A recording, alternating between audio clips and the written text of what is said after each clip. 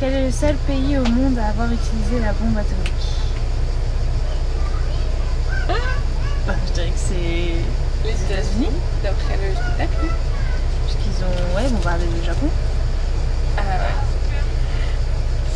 Ça fait très court d'histoire. Ouais, à Hiroshima et Nagasaki, à la Seconde Guerre mondiale. Le théâtre et vous, c'est une histoire professionnelle. Moi pas du tout. Par contre... Moi j'ai déjà fait du théâtre pendant 4 ans, donc c'est pour ça que c'est la première fois que je viens à Avignon et que j'aime beaucoup parce que ça permet de voir plein de mise en scène. Notamment celle d'Hiroshima était très intéressante parce que c'était pas que du théâtre classique. Mais il y avait aussi de la recherche avec la vidéo, des objets, c'était plutôt abstrait. Et puis, ouais. Donc pour l'instant c'est pas professionnel, mais pourquoi pas sur des planches plus tard, je sais pas.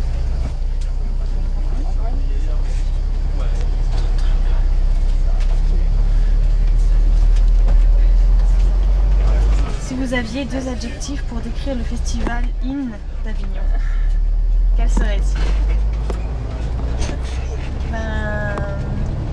Cette année on n'a pas vu de IN encore, on ne verra pas d'ailleurs. Mais les autres années, j'ai vu 2 spectacles je crois. C'est... je dirais spécial. Et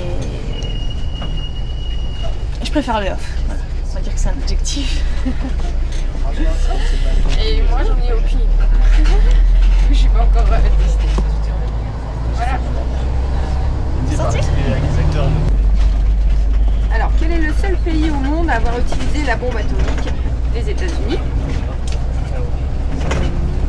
Ensuite, une question générale.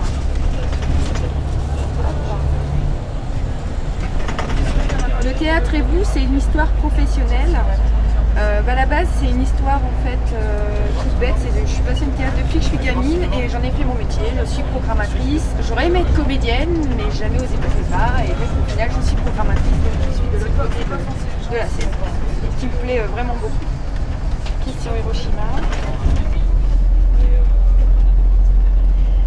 Aviez-vous vu le film éponyme? Si oui, pouvez-vous nous dire ce que ce spectacle apporte comme nouvel éclairage? Non, je n'avais pas du tout vu le film, et donc j'ai découvert le spectacle que j'ai beaucoup aimé. Et une dernière, une question générale. Ah bah, la question géniale. Pouvez-vous vous présenter en quelques mots? Je m'appelle Elodie, je vais avoir 30 ans. Je suis programmatrice dans la région parisienne et c'est ma première fois à Avignon et je découvre beaucoup de choses. Et donc j'ai découvert des spectacles très émouvants et Hiroshima mon amour en fait vraiment partie, ça fait partie de mes coups de cœur. Voilà. Voilà. Quel est le seul pays au monde à avoir utilisé la bombe atomique? Eh bien c'est les États-Unis. Les États-Unis.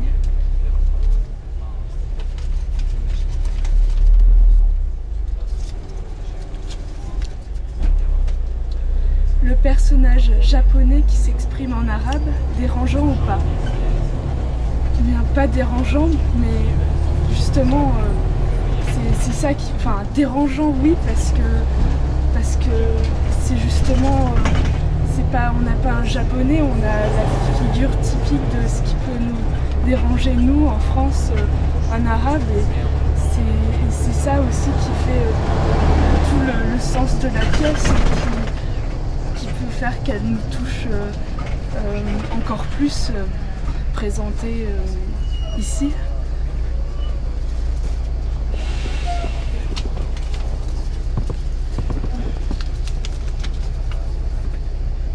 Aviez-vous vu le film éponyme? Si oui, pouvez-vous nous dire ce que ce spectacle apporte comme nouvel éclairage?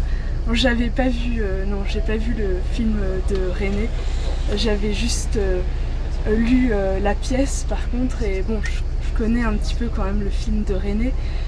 Et enfin, je trouve que ce spectacle donne une réelle force, vraiment une force au texte qu'on peut voir des fois avec un peu plus de distance. Enfin, c'est un peu Marguerite Duras, le nouveau roman, et quand on lit, on ne met pas autant d'énergie. Et là, cette pièce, elle est complètement dans...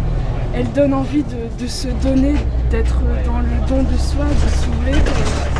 Et elle est vraiment vivante. C'est vraiment un hommage à la vie, alors que peut-être que j'avais trouvé que le texte en lui-même au départ était plus tourné vers quelque chose de mortel.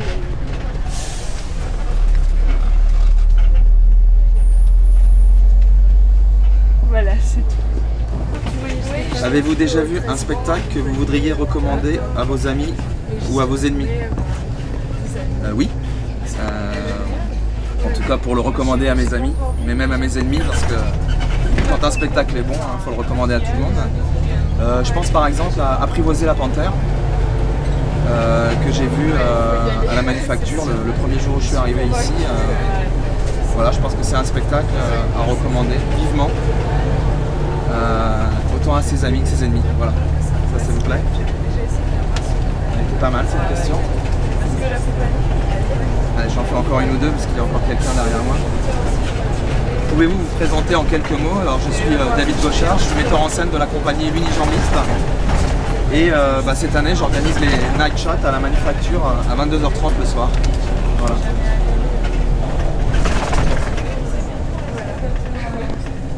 Le théâtre et vous, ça a commencé quand cette histoire? J'ai un oncle qui se prenait pour Charles Aznavour, enfin qui aurait voulu être Charles Aznavour, et en fait il habitait Paris, il mettait des sous de côté le soir et il partait avec ses potes au casino de Deauville. Et quand il arrivait à Deauville, il prenait un verre et il laissait fondre les glaçons parce qu'il n'avait pas beaucoup de thunes, donc il attendait le plus longtemps possible que l'orchestre ait terminé le bal. Et quand c'était terminé, quand l'orchestre finissait, quand tout le monde sortait, en fait, il sortait là les quelques billets qu'il avait gardés en poche et il disait à tout l'orchestre je vous paye un coup ce soir et vous me laissez chanter.